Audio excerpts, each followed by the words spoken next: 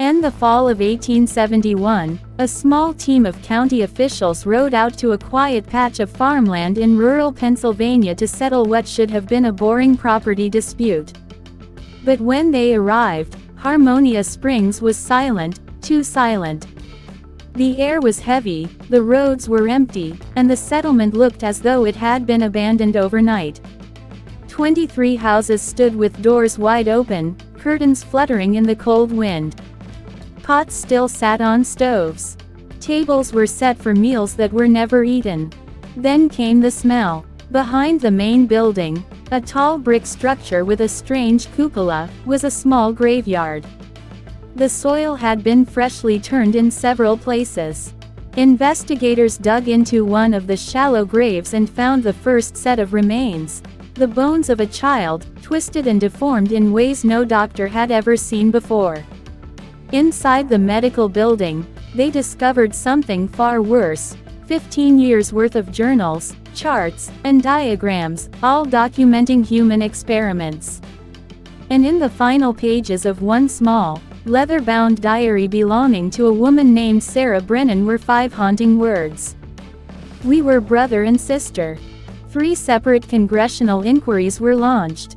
All 3 quietly buried the findings, warning that the knowledge itself was too dangerous for the public.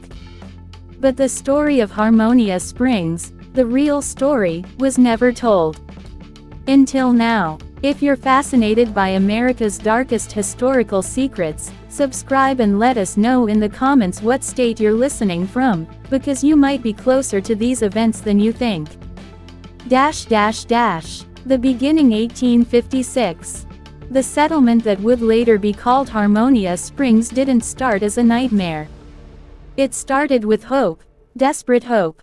In 1856, Pennsylvania was hurting. The Industrial Revolution had turned the state into a machine that chewed up workers and spat them out broken. Coal mining accidents in the anthracite fields killed men weekly.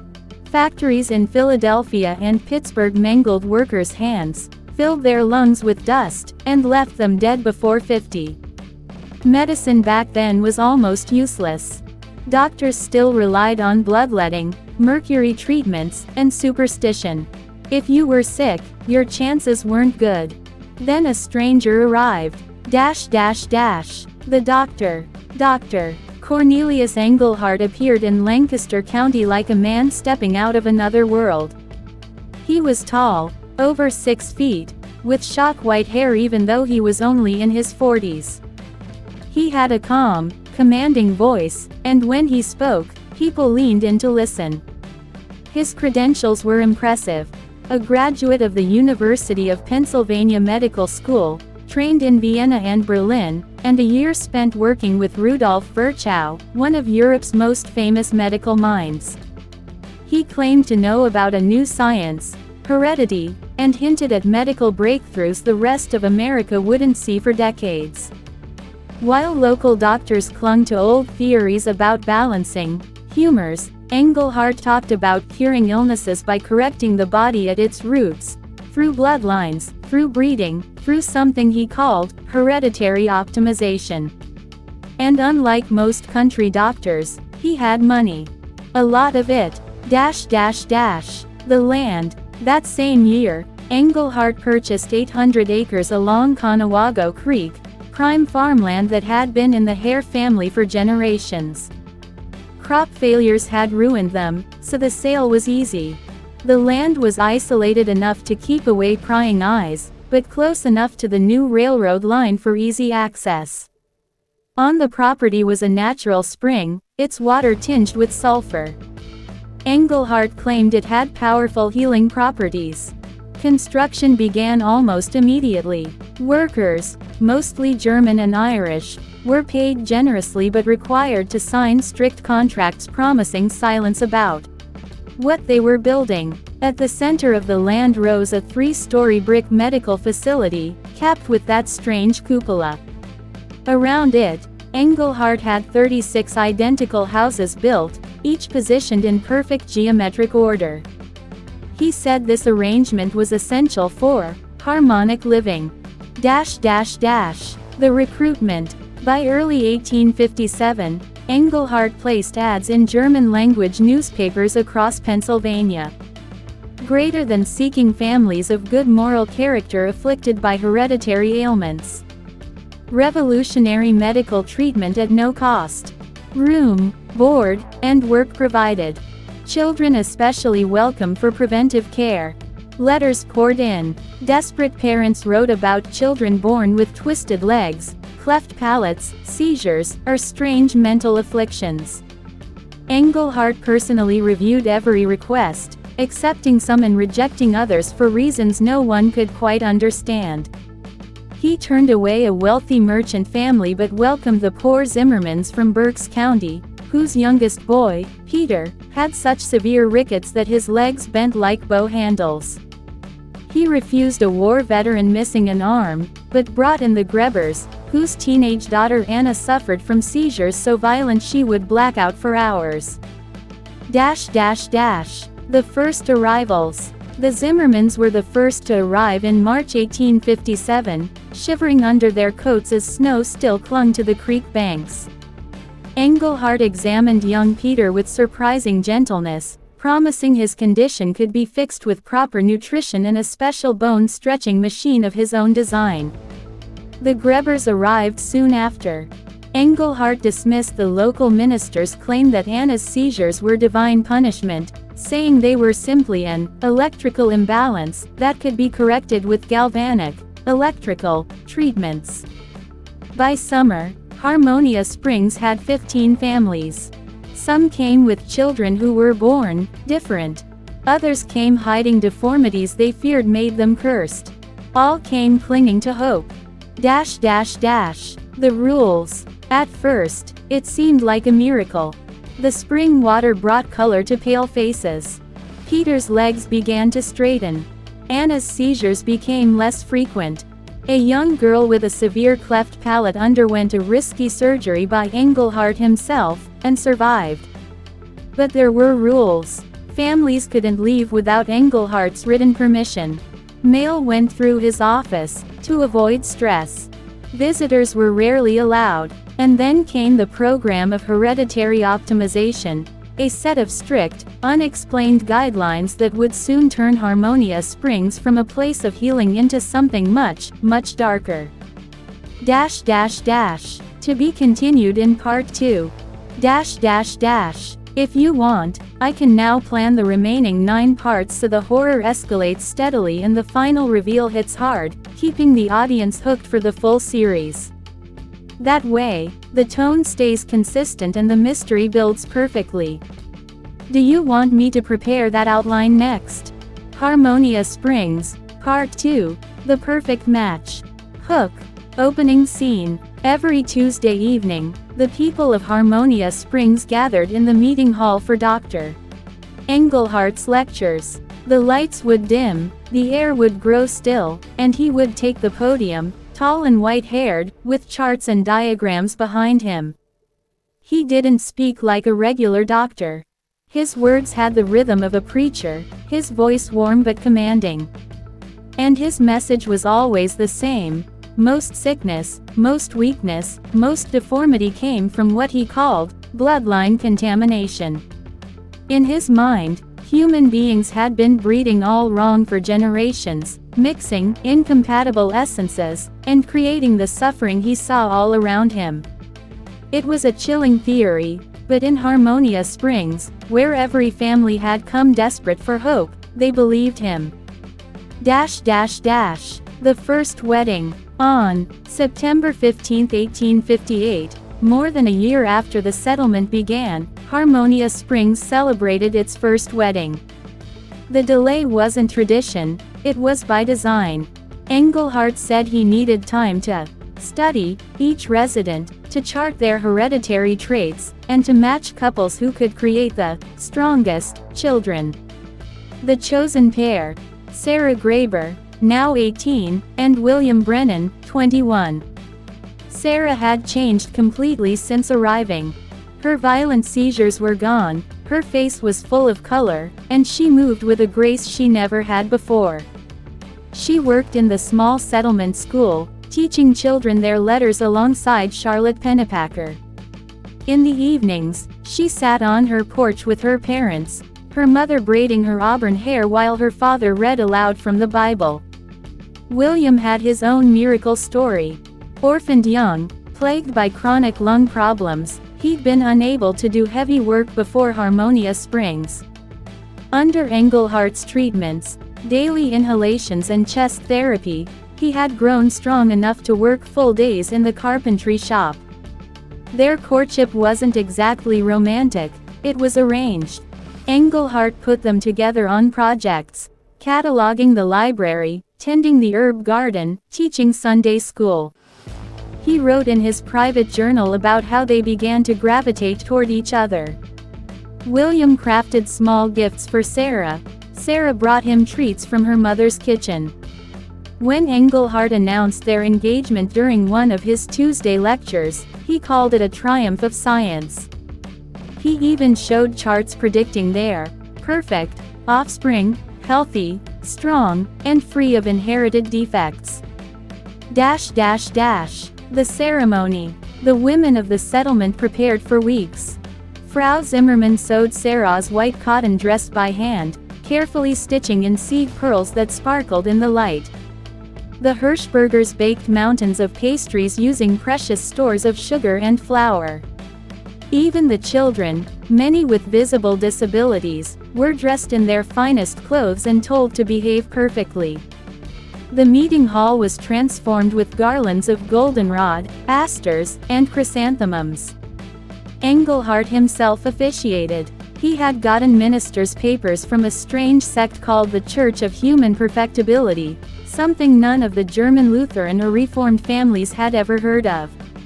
As Charlotte Pennepacker played the organ, Sarah entered on her father's arm, crowned with white roses from her mother's garden. William stood at the altar, hands trembling, eyes locked on her. The vows were almost traditional, until Englehart added his own line. After the usual promises to love and cherish, Sarah and William swore to honor the sacred principles of hereditary science, and to raise their children according to the laws of natural optimization. It seemed like just another of Englehart's oddities. No one could have guessed the truth. The secret. That night, while the settlement feasted and danced, Englehart sat alone in his office, writing in his private journal. Greater than the primary phase of experiment series 3 has been successfully initiated. Subjects 3A SG and 3B WB have been joined in matrimony without suspicion of their true relationship. Both remain unaware they are fraternal twins, separated at 13 months of age. The next phase, reproduction, will provide crucial data on pure bloodline concentration. They were brother and sister. And they didn't know. The house by the creek. The newlyweds moved into a modest two-story home at the eastern edge of the settlement. William had built much of the furniture himself, including a polished cradle for the baby they hoped to have. Sarah decorated the rooms with curtains her mother had made, arranged their few belongings neatly, and kept the place spotless. They were young, happy, and completely unaware of the experiment they were part of. The first pregnancy. Within 2 months, Sarah was pregnant. Englehart called it proof of their perfect genetic pairing. But the pregnancy was brutal. She suffered constant nausea, crushing headaches, and strange spells where she'd sit completely still, staring at nothing for hours. On June 21, 1859, the summer solstice, Sarah went into labor. The entire settlement heard her screams. She labored for 36 hours. When the baby finally crowned, midwife Charlotte Pennepacker knew immediately something was wrong. The birth. The baby's head was too large, oddly shaped, with a pronounced ridge along the top. His eyes, one brown like Sarah's, one green like William's, moved independently, never focusing together. Worst of all were his hands. The fingers were fused, forming paddle-like shapes that Charlotte had to cut apart with a scalpel while the baby shrieked. They named him Thomas Brennan. Englehart's reaction wasn't horror, it was fascination. He measured the baby's head with calipers, took notes, and smiled. He called the deformities, variations, that could be corrected with special treatments, skull massage, electrical stimulation, and feeding formulas he made himself. More births. Thomas wasn't the only child born different. In January 1860, the Zimmerman twins, Eva and Emma, came into the world with severe spinal deformities. They cried day and night with a high, piercing wail that carried across the settlement. That spring, the Yoders had a boy with such a severe cleft palate he couldn't nurse. Englehart fed him through a tube directly into his stomach. Each time, Englehart recorded the details, measuring, weighing, diagramming, but never once showed fear or grief. For him, these weren't tragedies. They were data. Closing line, cliffhanger. What no one in Harmonia Springs understood yet was that the births were only the beginning. Englehart's perfect matches had been chosen not for love, but for something far darker, and the next phase of his plan would make sure no one could ever leave. To be continued in Part 3. If you'd like, I can now rewrite Part 3 so it keeps raising the stakes, introducing the first real disappearances in Harmonia Springs and showing Englehart's control turning into something much more sinister. Would you like me to go ahead and do that next? Part 3: The Fever and the Ledger. The Hirschberger baby was born with limbs that bent the wrong way, joints twisting as if they'd been designed in reverse. Even in a place like Harmonia Springs, where people had learned to keep quiet about such things, it made folks whisper. But the whispers turned into something darker when people began to notice the numbers. Between 1859 and 1861, 12 children had been born in the settlement. 7 of them were gone before they ever saw their first birthday. The death certificates were useless. Hereditary insufficiency, constitutional weakness, failure to thrive, words that meant nothing and explained even less. On the hillside above town, the small cemetery began to fill with rows of tiny headstones, dates carved so close together you could read them without moving your feet. Parents went there at twilight, when Englehart's assistants were less likely to notice, to stand in the fading light and speak softly about what they feared. Some dared to wonder aloud if the treatments were killing their children instead of saving them. But Englehart always had an answer, smooth, reasonable, confident. These deaths, he said, were the legacy of generations of hereditary contamination. His work would fix it, but not in a single generation. The cure required time, patience, and the continued breeding of carefully chosen pairs. Sarah Graeber's second pregnancy began in the winter of 1860, and it was worse than her first.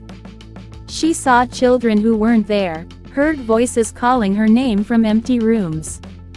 More than once, William found her at the window in the dead of night, staring into the darkness with tears on her cheeks.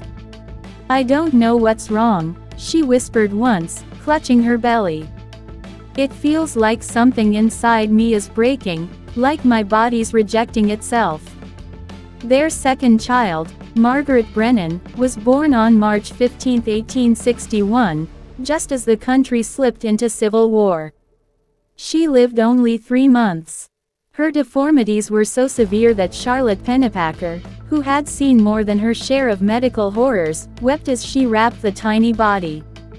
The child's organs were arranged in ways nature had never intended, as if something had scrambled the blueprint before she was formed. When the war worsened, Englehart saw opportunity. Trains brought shipments of battlefield orphans, or so he claimed, children whose parents had been killed. The settlement was told they would be raised in this pure environment and one day join the hereditary program. But the truth was crueler. Many of these children weren't orphans at all. They'd been bought or taken from desperate families, chosen for physical traits Englehart wanted in his breeding stock. In the summer of 1865, 2 of these children arrived. Daniel, age 7, came first, sent to live with the Stolzis family, who had just buried their only son after another strange fever swept through town. Rebecca, age 5, arrived 2 months later, placed with the Weavers on the far side of the settlement. Englehart insisted they be kept apart. Trauma survivors, he said, shouldn't cling to the past. Charlotte Pennypacker noticed something Englehart didn't expect her to see. Both children were listed in his records under the same coded phrase, specimen group 7 paired. When she asked him about it, he turned on her with sudden fury, warning her to stay in her place or be expelled from the settlement. Charlotte had been there from the beginning. At 35, unmarried and trained as a nurse in Philadelphia, she had been drawn to Englehart's vision, science used to eliminate human suffering. But years of malformed births, unexplained deaths, and grieving parents had worn away her faith. She began keeping her own records, copies of Englehart's papers hidden under the loose floorboards of her room. She traced orphans back to poorhouses, found bills of sale referring to children as specimens, and letters to other doctors running similar programs in other states. Then, in the spring of 1868, everything began to unravel. The first blow came with an outbreak of what Englehart called hereditary fever, but Charlotte knew it was measles mixed with scarlet fever, carried in by a family from Harrisburg. In a healthy town, it would have been dangerous but manageable. In Harmonia Springs, where years of inbreeding had stripped away natural immunity, it was catastrophic. Little Eva Zimmerman fell sick first, her tiny frame racked with fever, skin covered in a rash that looked like burns. Her twin sister Emma followed. Then the Yoda children, the Hirschberger baby, Thomas Brennan. One by one, the children collapsed under the fever's weight. Englehart quarantined them in the medical facility, forbidding parents to visit. He claimed emotional stress would hinder recovery, but Charlotte saw the truth: he was experimenting on them. Dosing them with strange compounds. Recording their decline with cold detachment. 17 children died in 3 weeks. The youngest was 6 months old. The oldest, 8, they were buried together in a mass grave. Parents weren't even allowed to see their faces one last time. Jacob Zimmerman, who had lost all 4 of his children, broke first. On the night of May 15th, he pried open a window to Englehart's office, searching for answers. The first ledger he opened looked ordinary: medical records, patient notes. But the deeper he read, the more the language shifted. Subject breeding pairs were listed by code numbers, not names. Hereditary confluence achieved appeared beside dates of weddings in the settlement. Most chilling were the entries for redundant specimens, children who had died or been born too deformed to survive. In a locked drawer, Jacob found the master chart, a sprawling genealogical map of Harmonia Springs. At first glance, it was a family tree. But then he saw the patterns. Names appeared in multiple places, linked by colored lines that meant something wrong. Sarah Graber and William Brennan were connected not only by the blue line for marriage, but by a red one leading back to a single origin point: specimen group 3 twin separation experiment. Jacob's hands trembled as he pulled more documents from the drawer, adoption records from across Pennsylvania, each marked with Englehart's notes: male child, 18 months, strong Saxon features. Suitable for group 3 breeding. Female infant, parentage unknown. Physical markers consistent with group 3. And then came the final horror: original birth certificates hidden behind forged ones. Names he knew, children who had grown up in different homes, believing they were strangers, but who were, in truth, siblings. The last document made Jacob's breath stop. A Philadelphia certificate dated March 3, 1840. Two names. Twins. Sarah Graber and William Brennan, born to a woman named Mary Elizabeth Brennan. The ledger slipped from his hands. The quiet order of Harmonia Springs had always been a lie. If you'd like, I can also prepare part 4 so it flows directly from this moment and ramps up the danger for Charlotte and Jacob as they move toward confronting Englehart. That way the suspense carries without losing the momentum. Part 4: The Breaking Point. The discovery in Englehart's office gnawed at Jacob Zimmerman like a splinter too deep to pull out. For 2 days after finding the master chart and the falsified birth records, he barely spoke. He went about his chores mechanically, eyes vacant, hands moving without thought. His wife, Anna, tried to press him for what was wrong, but every time he opened his mouth, words failed. How could he explain that everything, their marriages, their children's births, their very lives, had been nothing more than data points in a breeding experiment? On the third night, Jacob found himself standing outside Charlotte Pennypacker's quarters, clutching the documents he had smuggled out beneath his coat. She opened the door in her nightdress, eyes wide at his pale, stricken face. Without a word, he pushed the papers into her hands and stepped inside. Charlotte read in silence, the lamplight throwing deep shadows across her features. With every page she turned, her lips tightened. When she finally looked up, there was no trace of surprise, only grim confirmation.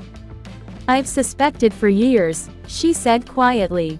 "But this is worse than I imagined." Jacob's voice cracked. "He bred us like animals.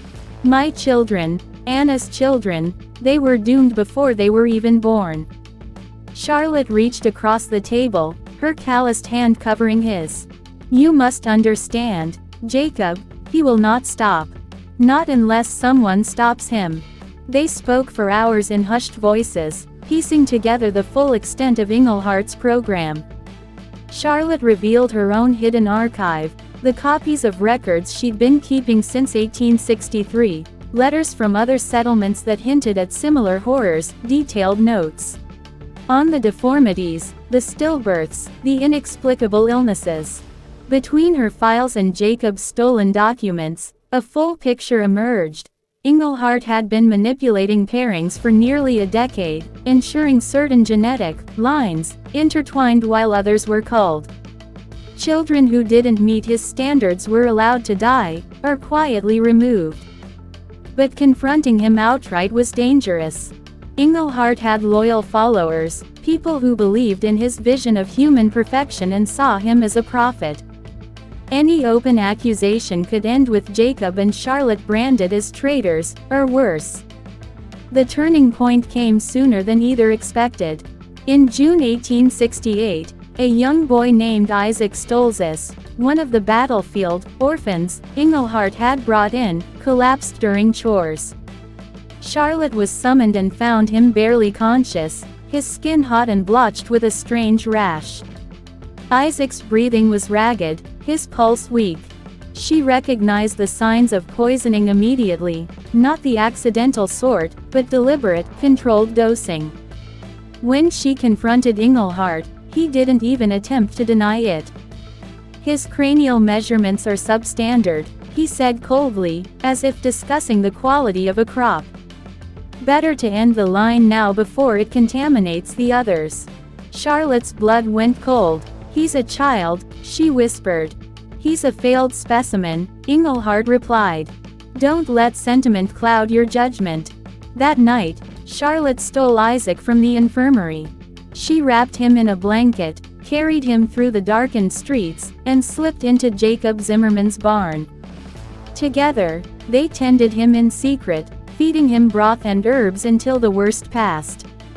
Saving the boy was an act of open defiance, one that, if discovered, could mean exile or death. But Charlotte had made her choice. So had Jacob. Over the next month, they began quietly speaking to others, those who had lost too much, who had seen too many small graves filled. Sarah Graeber, hollow-eyed since the loss of Margaret. Thomas Yoda, whose last surviving child had died in the fever. Even Anna Zimmerman, once a believer, now saw Englehart's perfection for what it truly was. Each meeting was carefully staged. Chance encounters at the well, whispered conversations during church, notes tucked into loaves of bread. A network began to form, small but resolute. By late summer, Charlotte had a plan. She and Jacob would expose Englehart's records to the entire settlement during the autumn gathering, when every family would be present. But to succeed, they needed proof Englehart couldn't explain away. That proof came unexpectedly, in the form of Rebecca, the little girl Englehart had kept separate from Daniel. One afternoon in August, Charlotte was tending the looms at the weaver's shop when Rebecca wandered in, clutching a rag doll. She had scraped her knee and was sniffling. Charlotte knelt to clean the wound, and as she did, she noticed a small birthmark on the inside of the girl's left ankle, a perfect match to one she had seen years ago on another child.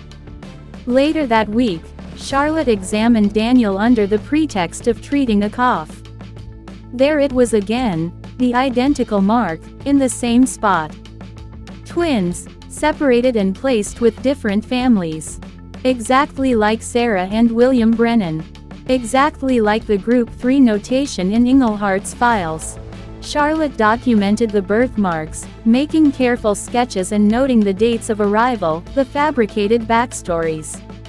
If she could show the settlement that Englehart had lied about the children's origins, perhaps they would begin to question everything else. But Englehart was not blind to the growing unrest. He sensed the shift in the air, the quiet conversations that stopped when he entered a room, the subtle defiance in Charlotte's gaze. One evening, he summoned her to his office. "You've been distracted," he said, pouring himself a glass of brandy. "I hope you're not allowing the weak-minded grief of the others to cloud your dedication." Charlotte held his gaze. Dedication to what? To killing children who don't meet your standards? To lying about who they are? His smile didn't reach his eyes. "You're treading dangerous ground, Charlotte." "I've been in dangerous ground for years," she said softly. After that, she knew time was short. Englehart would act to protect his work, likely by removing anyone he suspected of disloyalty.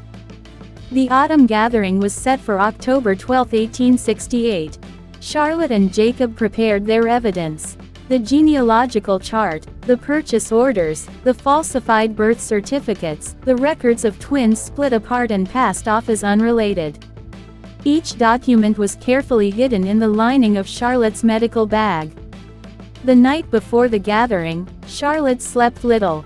She kept replaying the faces of the children, Margaret Brennan, the Hirschberger baby, Isaac Stolzis, and reminding herself why she was doing this. She wasn't naive. She knew Englehart would fight back, perhaps even turn the settlement against them. But she also knew that silence was no longer an option. In the darkness before dawn, Jacob arrived at her door. "It's today," he said simply. Charlotte nodded. "It's today. If you want, I can now move straight into part 5, where the confrontation at the autumn gathering happens, and the tension fully breaks into open rebellion." That would be the most explosive moment of the story so far. Part 5: The Gathering. October 12, 1868 dawned clear and cold, the kind of brittle autumn morning where every breath hung in the air like smoke. The settlement's meeting hall stood at the center of town, its whitewashed walls gleaming under the pale sun. By mid-morning, families were already arriving, men in wool coats and wide-brimmed hats, women with shawls drawn tight, children scampering underfoot. The autumn gathering was always a spectacle. Englehart used it to reinforce his vision, delivering speeches about purity, strength, and the future of their great work. He made announcements of new pairings, celebrated births that met his standards, and quietly glossed over the losses. Charlotte Pennepacker and Jacob Zimmerman stood near the back, their expressions unreadable. Hidden within Charlotte's medical bag, beneath layers of cloth and herbs, lay the evidence, the genealogical charts, falsified records, and sketches of the matching birthmarks. Every document had been numbered and marked, so they could lay them out quickly before the crowd. Englehart entered with his usual theatrical timing. He wore a dark coat with brass buttons and carried himself like a man about to address a parliament, not a small farming community. His followers greeted him with murmurs of admiration, and he offered a benevolent smile to the room. "My friends," he began, his voice carrying with practiced ease, "we gather today not only to give thanks for our harvest, but to celebrate the progress we have made toward our shared destiny. This year, our settlement has grown stronger. We have brought forth children of sound mind and body, free from the stains of weakness and defect. And together, we shall continue until our work is complete." There was polite applause. Charlotte felt Jacob tense beside her. She waited until Englehart paused to sip water before stepping forward. "I have something to share," she said, loud enough for the room to hear. Heads turned. Charlotte was respected, even by those who disagreed with her methods, and it was unusual for her to interrupt Englehart's ceremonies. He looked at her with the faintest flicker of irritation. "Miss Pennepacker, perhaps your comments can wait until—" "They cannot," she said firmly. She strode to the front, the wooden floor creaking beneath her boots. Setting her bag on the table, she began laying out the papers in neat rows. "What I have here are the records of our settlement. Not the records you've been shown. The truth." A ripple of unease passed through the crowd. "These charts," Charlotte continued, lifting one for all to see, "map the pairings Englehart has arranged for over 10 years. Not based on love, or choice, but on breeding value, his words, not mine. This," she held up a second page, "is a falsified birth certificate for a child you all know as Rebecca Stolzis. But Rebecca is not who you've been told she is. She has a twin brother, Daniel, placed in another home, and both were brought here under false names." A murmur ran through the assembly. Rebecca's adoptive mother pressed a hand to her mouth. Daniel's father stared at Charlotte as though the floor had just shifted under him. Englehart stepped forward, his voice sharp. "These are distortions, half-truths meant to sow discord. Miss Pennepacker has let her grief cloud her reason." "Grief?" Charlotte snapped. "Is it grief to point out that you have allowed children to die because their skull measurements weren't to your liking? That you've split siblings and erased their histories?" She turned to the crowd. "Do you remember Margaret Brennan? Do you know why she died? I do. Because she was never meant to survive in Englehart's vision." The room erupted in overlapping voices, questions, accusations, denials. Englehart raised his hands, trying to restore order, but Jacob's voice cut through the noise. "I've seen the records myself. He's telling the truth about none of it. My own children," he faltered, the weight of the admission choking him. "My own children were chosen before they were even born. And when my youngest didn't meet his expectations, he was removed." A gasp went up. "Lies," Englehart thundered, but his confidence had a hairline crack now. His gaze flicked to the front row, where several of his most loyal supporters were no longer meeting his eyes. Charlotte pressed on, her voice steady but laced with steel. "I have letters from other settlements, places where Englehart's failed specimens were sent. Some ended up in asylums. Some never made it that far. Is this the future you want for your children? For yourselves?" The meeting hall was no longer orderly. Couples whispered urgently to each other. Mothers clutched their children closer. The spell Englehart had woven for years was fraying before him.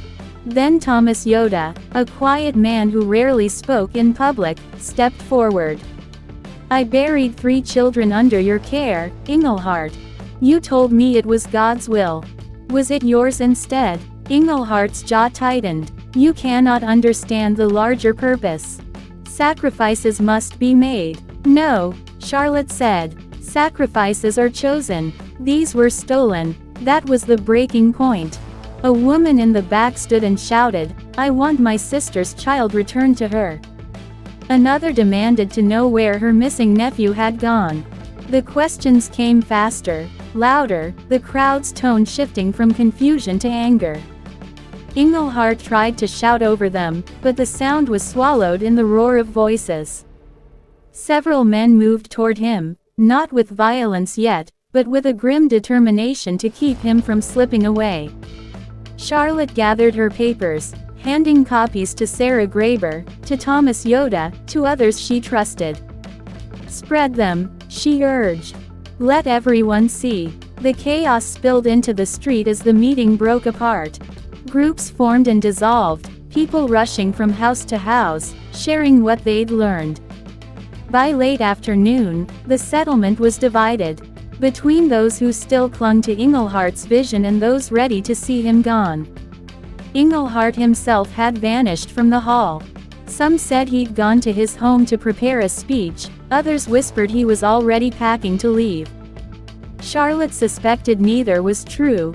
He was too proud to flee, too calculating to beg. As dusk fell, Charlotte and Jacob regrouped in the barn where Isaac Stolzes now sat bundled in blankets, watching them with wide, wary eyes. Outside, voices still carried through the crisp night air. The settlement was restless, on the edge of something that could not be undone. Jacob sank onto a stool, rubbing his temples. We've lit the fire. Now it'll burn until it finds something to consume. Charlotte looked toward the dark outline of Englehart's house on the hill. It'll find him, she said. One way or another. If you're ready, I can make part 6 next, where the unrest turns into direct confrontation, and Englehart's hold finally snaps, leading to either his downfall or a dangerous counterattack. That's where the tension will explode into action. Part 6: The Night of Reckoning. The settlement was never truly silent, but that night the quiet was unnatural, thick, expectant, like the air before a thunderstorm. Charlotte lay awake in the small loft above the barn, listening to the distant murmur of voices. No laughter, no music, just low, tense conversation. The kind that meant decisions were being made. Jacob was downstairs, keeping watch over Isaac Stolzes. The boy slept fitfully, sometimes twitching as if running in dreams. Charlotte envied him the ability to close his eyes at all. Her mind kept circling back to Englehart's face during the meeting, the brief flicker of panic before he masked it with that politician's smile. It was the first time she had seen him cornered. By midnight, the whispers outside had grown into a steady shuffle of footsteps. Charlotte eased down the ladder, careful not to wake Isaac. Jacob was already at the door, peering into the darkness. They're gathering, he said. Some with lanterns, some with rifles. Charlotte's stomach knotted. Which side? Too early to tell. They stepped outside. Lanterns bobbed along the main road, illuminating grim faces. The cold air carried the tang of wood smoke, but also something sharper, anger given form. The crowd moved in the same direction, up the slope toward Englehart's house. Jacob glanced at her. If this turns ugly, it already has, Charlotte said. The two fell in step with the others. As they approached the hill, they saw more figures joining from side paths, drawn by the same magnetic pull. Englehart's house loomed at the top, its wide porch and white clapboard walls stark against the moonlit sky. A single lamp glowed in an upstairs window. Thomas Yoda was near the front of the group, his rifle slung over his shoulder. We're not here to kill him, he said, loud enough for those nearby to hear. We want answers. And we're not leaving until we have them. Answers won't change what's been done, muttered Sarah Graeber, clutching a folded paper from Charlotte's evidence. The porch steps creaked under the weight of boots. Someone pounded on the door. No answer. The pounding came again, louder.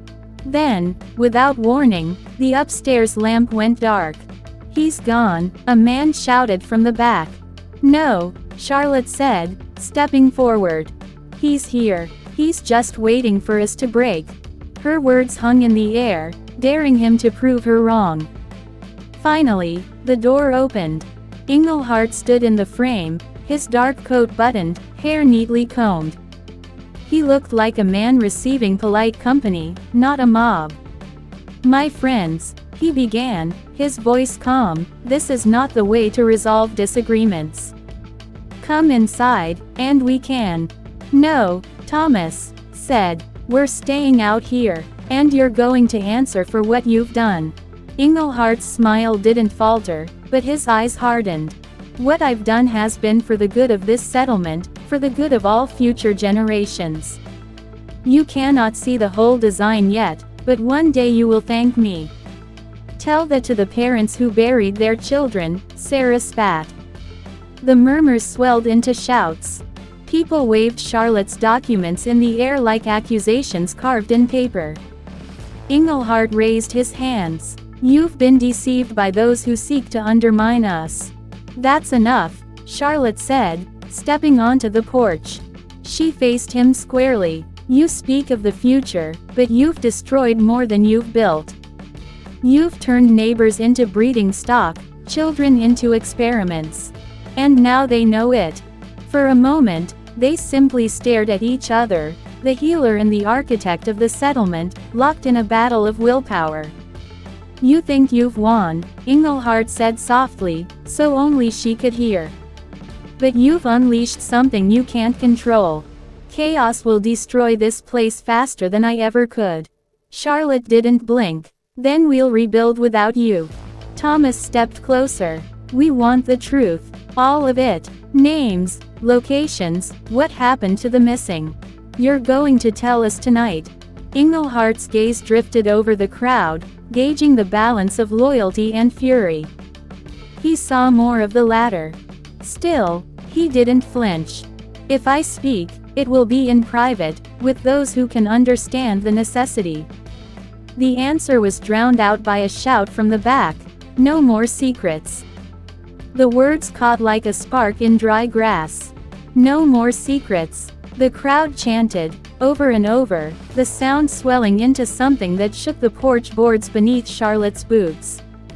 Englehart's polished composure cracked. For the first time, Charlotte saw fear in his eyes, not fear of violence, but fear of irrelevance. Then the sound of hoofbeats cut through the chant. Everyone turned as a rider emerged from the darkness, galloping hard up the hill. The horse skidded to a halt, its rider, a young man from a neighboring settlement, breathing hard. "There's trouble," he gasped. "The old mill, there's smoke pouring out of it." Someone set it alight. The crowd erupted into confusion. The mill wasn't just a building, it was the heart of their food supply. Without it, the coming winter would be brutal. Englehart seized the moment. "You see," he shouted over the din. "Division brings ruin. While you waste time here, saboteurs destroy what keeps us alive." Charlotte's heart sank. Whether he'd arranged this or not, the timing was too perfect. Some in the crowd were already breaking away, rushing downhill toward the mill. Thomas hesitated, torn between justice and survival.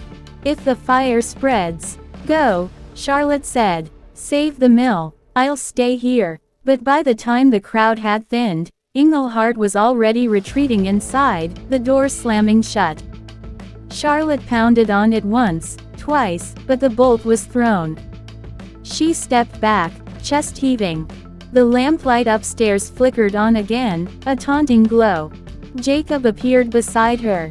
"He's not beaten yet." "No," she said, staring at the lit window. "But he's running out of ground." Behind them, the shouts of the fire brigade carried through the night. The settlement was split in two, half fighting the flames, half still burning with the need for truth. And in the middle of it all, Englehart remained in his fortress, planning his next move. Charlotte knew one thing. The reckoning wasn't over. It had only just begun. If you want, I can give you part 7 next, where the mill fire reveals deeper sabotage, and Englehart's survival turns into a desperate last stand. That's where the story will hit its breaking point. Part 7, Smoke and Shadows. The mill was still smoldering when Charlotte reached it the next morning. The air reeked of wet ash and scorched grain. Men and women stood in blackened mud, coughing into their sleeves as they shoveled away debris. Jacob was there, his hands and clothes streaked with soot. He'd worked all night alongside the others, hauling buckets, stamping out embers, keeping the flames from spreading to the grain store. "How bad?" she asked. He leaned on his shovel, eyes rimmed red. "Bad enough. The main wheel is burned through, 2 walls gone. Without repairs, it's useless." Charlotte crouched beside a charred beam, her fingers brushing over deep grooves cut into the wood.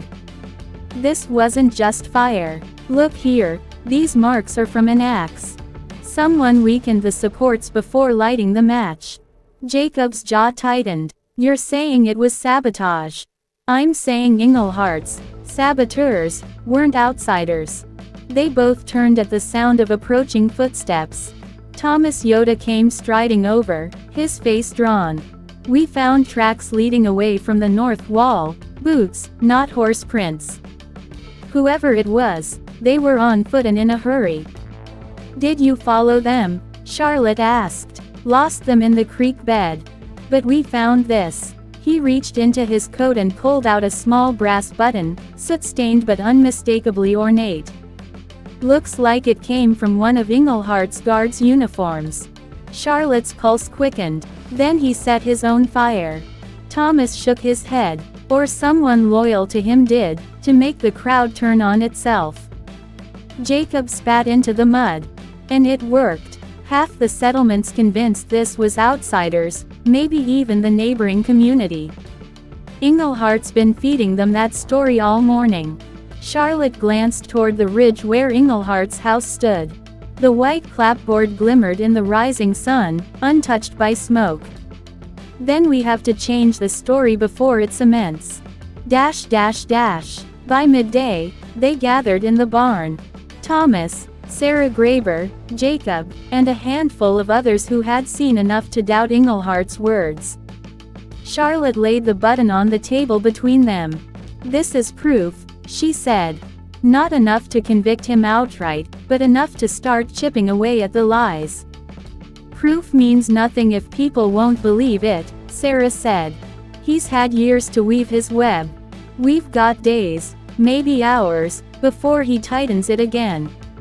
Thomas leaned forward. "Then we move faster. Tonight, we spread the truth.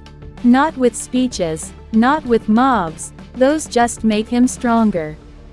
We go door to door, tell the families what really happened at the mill, what happened to the missing. One by one, quiet, personal. Give them a story Englehart can't shout down in the square." Charlotte nodded. "If we can get even a third of the settlement thinking twice, we can corner him." "But he won't take this lying down," Jacob warned. "He'll come for us before we can reach that third." Charlotte met his gaze. "Then we make him think he's safe. While we're spreading truth, he'll be busy looking for enemies in the wrong places." That night, the settlement's lanes became rivers of whispered words. Charlotte moved from house to house, the smell of ash still clinging to her coat. In each home, she told pieces of the story, about the records, the experiments, the button found at the mill. She didn't shout, didn't accuse. She let the weight of the facts sit in the silence after she spoke. Most listened in uneasy quiet. Some closed the door quickly, fear winning over curiosity. But in a few homes, eyes hardened with recognition, as if they had suspected all along and only needed confirmation. By the time she reached the edge of the settlement, Charlotte realized something. The air felt different. Not lighter, exactly, but charged. Seeds had been planted. Near midnight, she returned to the barn to find Jacob waiting. Thomas didn't make it back, he said. What do you mean? He was supposed to meet me here after his route. No sign of him. His horse is still in the paddock. Charlotte's mind raced. If Englehart got wind of what we were doing. The door creaked open, and Sarah stumbled in, breathing hard. They took him, she said. I saw two of Englehart's men drag Thomas toward the old storehouse by the creek. Charlotte's stomach dropped. The storehouse, far enough from the center that no one would hear if things turned violent. Jacob was already strapping on his rifle. We go now. The moon was high when they reached the storehouse. The building was little more than a shell, its roof sagging, one wall half collapsed. A faint light flickered inside. Charlotte crept to the gap in the wall and peered through. Thomas sat in a chair, his hands tied behind him. One guard stood over him, the other leaned in close, speaking in a low voice Charlotte couldn't make out. She scanned the shadows. No sign of Englehart, but that didn't mean he wasn't near. Jacob motioned to her. We take the guard by the door first, he whispered. Quiet. It should have worked. It almost did. But as they moved, the second guard turned unexpectedly, spotting them. He shouted, lunging toward his rifle. Everything blurred into noise. Jacob tackling the first guard, Sarah swinging a length of wood into the second's ribs, Charlotte cutting Thomas's ropes with a stolen knife. Go, she hissed, shoving him toward the door. They ran, boots thudding against the packed dirt, shouts echoing behind them. A shot rang out, splintering a fence post inches from Charlotte's head. She didn't look back. Only when they reached the shelter of the trees did they stop. Thomas bent double, gasping. He knows, he said between breaths. Englehart knows everything, and he's done waiting. Charlotte's throat was dry. What does that mean? It means, Thomas said, straightening, he's going to make his move before we can make ours. And when he does, it won't be another fire. In the darkness, Charlotte felt the truth of it settle over them like a shroud. The mill had been a distraction. The real blow was still coming, and this time, Englehart wouldn't leave anything standing. If you want, I can now give you part 8, where Englehart launches his preemptive strike and the settlement fractures completely. That's when the story will hit the boiling point. Part 8, the breaking point. The morning after Thomas's rescue, the settlement awoke to a sound that had never been heard before, a long, low horn blast that seemed to vibrate in the chest. Charlotte sat up in her cot, heart hammering.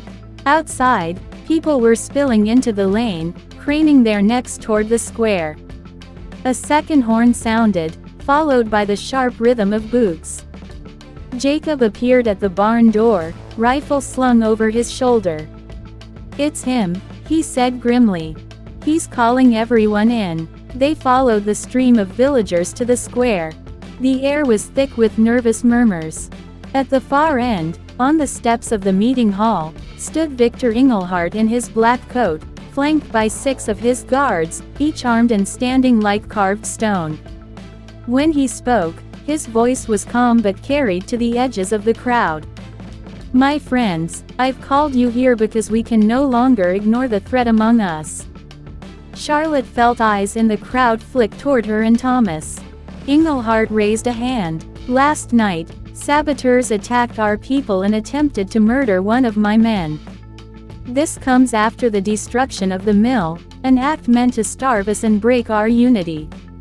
Thomas shifted beside her, his jaw clenched. And now, Englehart continued, we know these traitors are not outsiders, but among us. They spread lies to weaken your faith in our leadership. They would rather see you divided than safe. Charlotte scanned the crowd. Some faces were skeptical, but many looked convinced. Fear was a faster messenger than truth. Englehart's eyes swept the assembly. As of this moment, I am declaring emergency law. No one leaves the settlement without my consent. All weapons must be surrendered to my guard. And those accused of treachery will stand trial immediately." The guards moved into the crowd, starting to collect rifles. Charlotte's grip tightened around Jacob's arm. "If we hand them over, we're finished." He gave a barely perceptible nod. "We can't fight here. Too many bystanders. .. They slipped away in the confusion, ducking into the narrow lane behind the cooper's shop. From there, they made their way to the Graber farm, where Sarah was already waiting. "He's coming for us," Sarah said without preamble. "Half his men are searching houses already. They'll be here soon." Charlotte paced the length of the barn. "If we run, we lose whatever foothold we've gained. If we stay, we're locked in his trial and executed before the week's out." Thomas leaned on the stall door, still pale from his night in the storehouse. "Then we don't run or stay. We make him lose control." Jacob frowned. Meaning we force his hand publicly, so the settlement sees the real Englehart, not the version he performs on the steps. Charlotte stopped pacing. "If we can provoke him into violence where everyone's watching." Sarah nodded slowly. "People will follow the one they believe keeps them safe. If they see him as the danger, they'll turn." "But how do we draw him out?" Jacob asked. Charlotte's gaze drifted toward the horizon, where the smoldering remains of the mill still lay. "We make him think we've got something that can destroy him. And we make sure the whole settlement knows he's coming for it." By dusk, the plan was in motion. Thomas took the brass button they'd found at the mill and wrapped it in cloth, tucking it into a small wooden box. They let it be known, in whispered conversations just loud enough for passing ears, that the box contained proof of Englehart's crimes, evidence that would be read aloud at a public gathering in 2 days' time. It didn't take long. That night, one of Sarah's neighbors reported seeing a guard lurking near the barn. By morning, the rumor had spread like spilled grain. Englehart's enemies had the evidence, and they weren't hiding anymore. The confrontation came sooner than expected. Charlotte was in the square, speaking quietly with an older couple about the mill fire, when the horn sounded again. Englehart strode into view, this time without the measured calm of the day before. His face was taut, his eyes hard. "Charlotte Hayes," he called, his voice like a whip crack. "Step forward." The crowd drew back, leaving her exposed in the open. Jacob and Thomas stood at her flanks, but she could feel the guards tightening their circle. Englehart's gaze dropped to the wooden box in Jacob's hand. "You've been spreading lies, poisoning the minds of decent people. Now you claim to have proof." She met his stare. "We do." His lips thinned. "Then show it. Here, now." The crowd murmured, sensing the tension. Charlotte took a step forward. "This box holds the truth about the mill, about the disappearances, about your guard's role in all of it. And in 2 days, the entire settlement will hear it read aloud." Englehart's composure cracked. "You'll open it now, or you won't live to see 2 days." That was what she needed, the threat, in front of everyone. She didn't move, didn't blink. "So you'll kill me in the square? With everyone watching? That's not the way of a leader who protects his people." The murmurs grew louder. A few faces turned toward each other, uncertain. Englehart stepped forward, close enough that Charlotte could see the pulse hammering at his temple. "Hand it over." Jacob shifted slightly, his stance widening. "You'll have to take it." The air between them felt charged, like the seconds before a lightning strike. And then it happened, too fast to stop. Englehart lunged for the box, shoving Jacob hard enough to send him sprawling. The crowd gasped. A guard moved to restrain Charlotte, but she twisted free, her voice ringing out. "You see this? This is your leader, grabbing, threatening, silencing anyone who questions him." Someone shouted from the back, "Is it true about the mill?" Another voice, "My brother's gone, did you take him too?" Englehart spun toward the crowd, his expression snapping from fury to control in an instant. But it was too late, the doubt was already spreading. "Arrest them," he barked to his men. The guards stepped forward, but hesitated. The crowd was shifting, murmuring, blocking their path without quite realizing it. Charlotte caught Thomas's eye. "We've cracked it," she whispered. But she also knew it wasn't over, not by a long shot. Englehart had been wounded in front of his people, and a man like that would strike back with something bigger than humiliation. As they slipped into the press of bodies and out a side lane, Charlotte felt a strange mix of triumph and dread. The settlement had seen his mask slip. Now they had to survive whatever came next. And she had no doubt, it would come soon, and it would be brutal. If you want, I can send you part 9, where Englehart retaliates in a way that forces the settlement into open conflict. That's when the final showdown will start taking shape. Part 9, The Retaliation. The next 2 days were a blur of tense whispers, shuttered windows, and the constant sense of being watched. Charlotte, Jacob, Thomas, and Sarah kept to the back lanes, meeting only in places where they could hear footsteps long before anyone could get close. But even in hiding, they could feel it. Englehart wasn't just licking his wounds. He was moving. On the second night, just before dawn, the first sign came. A fire. It started at the Graber farm, where Sarah's family kept their harvest stored. By the time anyone reached it, the barn was nothing but a wall of heat and collapsing timbers. The smell of burning wheat rolled across the fields, clinging to everything. Sarah's face was streaked with ash as she stood among the crowd that had gathered. "He's not just coming for us," she said quietly to Charlotte. "He's coming for anyone who even looks like they might be on our side." And Sarah was right. By midday, 2 more accidents had occurred, one at a blacksmith's shop that had repaired Thomas's tools, another at a small mill house where Jacob had met with a sympathetic foreman. None of it was subtle. This wasn't about punishment in the shadows. It was a message, written in smoke. "Oppose me, and I will burn your world down." That afternoon, Englehart made his next move in the open. From the safety of the bakery's upstairs window, Charlotte watched him ride into the square flanked by a dozen guards, twice the number from before. Behind them, on a rope line, were 6 people she recognized, 3 men, 2 women, and a boy no older than 15. Their hands were bound, their faces bruised. Englehart dismounted with deliberate calm, scanning the square until the last of the onlookers had gathered. Then he began. "These are traitors," he said, gesturing toward the prisoners.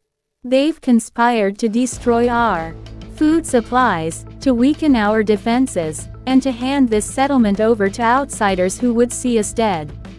Charlotte's stomach turned. She knew every one of those prisoners had done nothing more than speak against him in passing. "They will be tried tomorrow at noon," Englehart continued. "And if found guilty, they will face execution immediately after. Let this be a warning to any who think they can poison our unity." The guards began leading the prisoners toward the meeting hall, but Charlotte's attention was locked on the crowd. People weren't cheering. They weren't even shouting in agreement. They were silent, watching, absorbing, calculating. Fear was still there, but something else was creeping in alongside it. Back at their safe house in the carpenter's shed, the group sat in a rough circle. "They'll be dead before we can even speak for them," Jacob said, pacing. "He's not waiting for a fair hearing." Thomas rubbed at his temple. "If we can get them out before the trial, we give the settlement proof he's lying about them. That could tip the scales." Sarah's voice was low but firm. "The meeting hall is guarded day and night now. We'd need a distraction big enough to draw every pair of eyes somewhere else. Charlotte was quiet for a long moment, listening to the distant sound of boots on the road. Then she said, "What if we give him the enemy he's been warning everyone about?" They all turned to look at her. "He keeps telling people we're part of some outside force trying to take over," she continued. "So we give him an attack from that force, loud enough, dangerous enough, that every guard rushes to defend the perimeter. And while they're gone, we free the prisoners." Jacob frowned. "You want to stage a fake attack on the settlement?" "Not a real one," Charlotte said. "We just need enough chaos to pull him away. Smoke, noise, maybe a couple of well-placed explosions. No harm to anyone, but enough to scare the living daylights out of him." Thomas leaned forward, his expression sharpening. "If we do it right, it'll make him look weak too. Like he can't even protect his own gates." Sarah gave a grim smile. "And the people might start asking why these so-called enemies are only showing up now, right after he started losing control." The plan took shape quickly. They had access to barrels of pitch from the shipyard, leftover powder from the old quarry, and stacks of scrap timber. Jacob and Thomas would handle the attack from the west gate, setting fires just far enough away to be seen from the square, but not close enough to spread. Sarah would place the powder charges to create noise and confusion. Charlotte's role was the most dangerous. She and a single ally, a wiry former guard named Elias, would slip into the meeting hall once the guards rushed toward the smoke. The keys to the cells would be on the wall inside. The timing had to be perfect. The next day, an hour before sunset, everything began. Jacob and Thomas lit the first fires in the dry grass beyond the west gate. The smoke rose quickly, curling into the sky in a thick column. Sarah's charges went off moments later, three sharp cracks that echoed like gunfire. From her vantage near the square, Charlotte saw the guards stiffen, turning toward the sound. Then the orders came, shouted, urgent, pulling men away from their posts. Within minutes, the square was nearly empty. She and Elias slipped across, hugging the shadows along the meeting hall's side wall. The front door was locked, but Elias worked the latch in seconds. Inside, the air was cooler, and the smell of old wood was thick.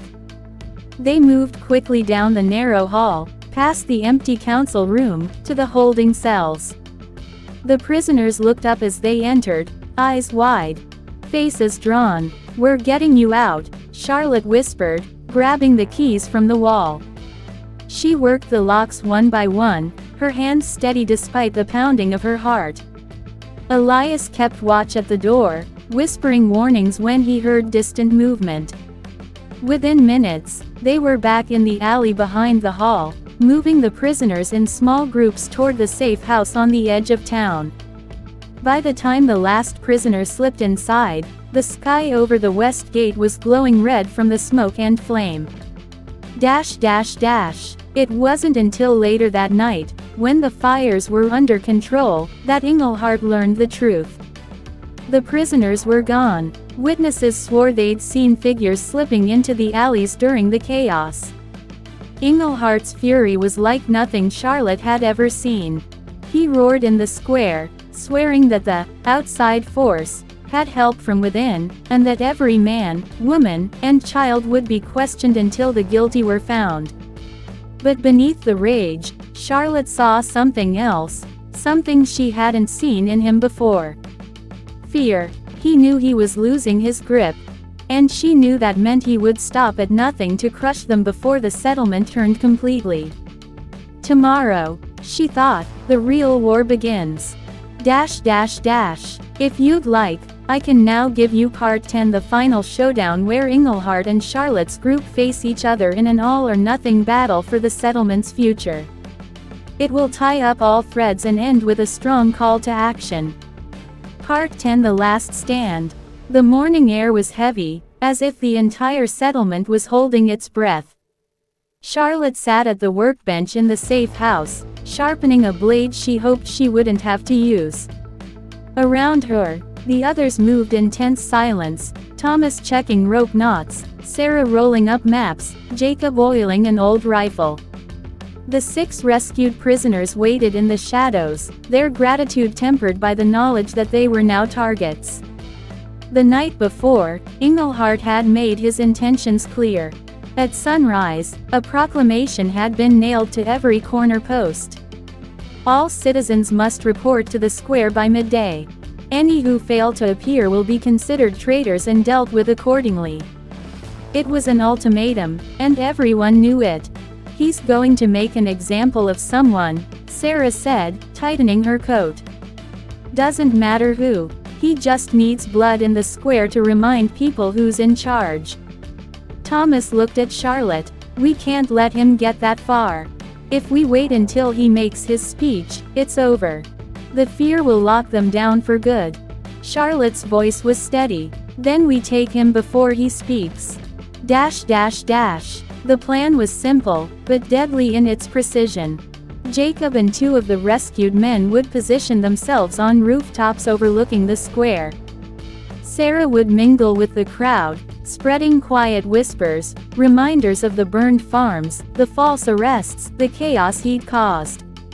Thomas would control the main alley leading out, blocking Englehart's escape route.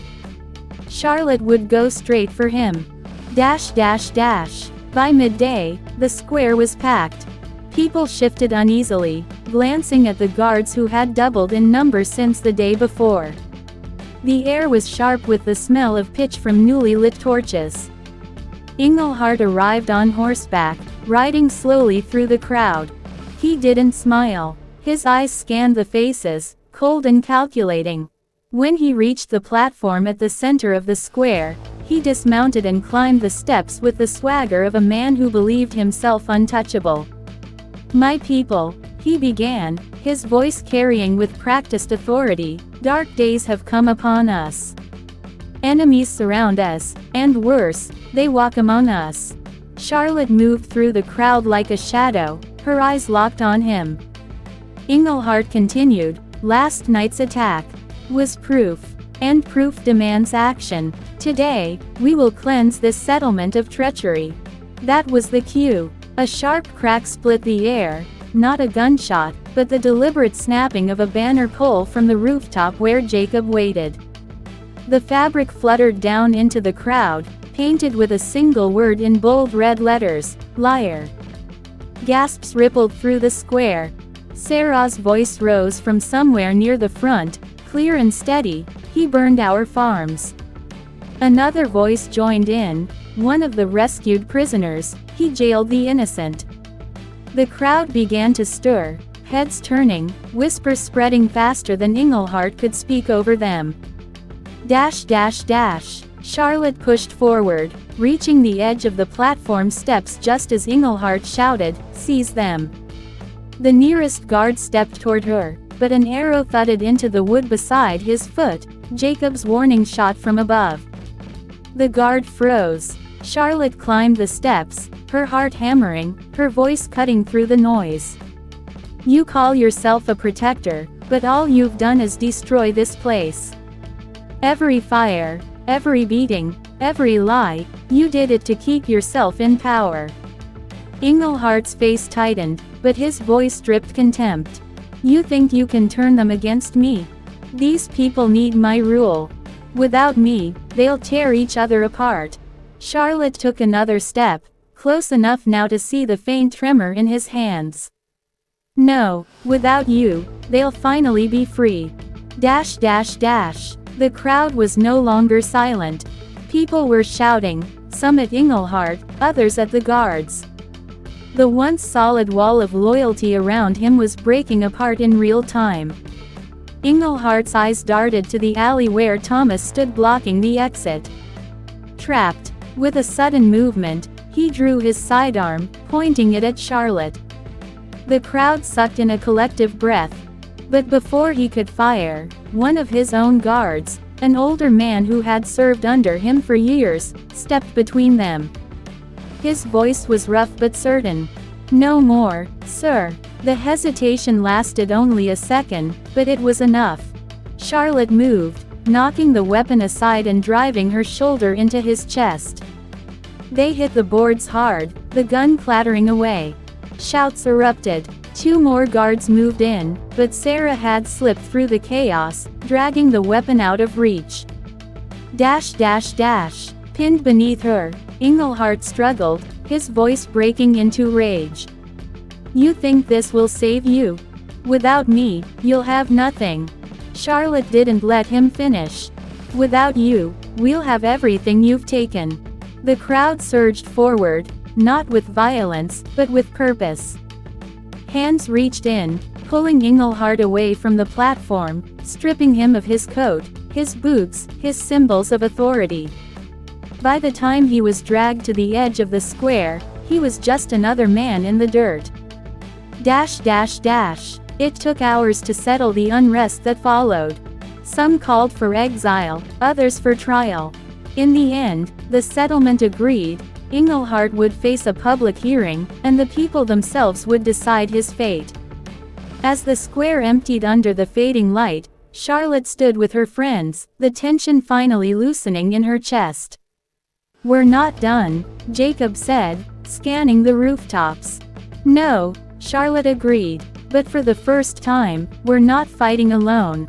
The air felt different now, lighter, though the work ahead would be heavy. The people had seen the truth, and the fear that had ruled them for so long had cracked wide open.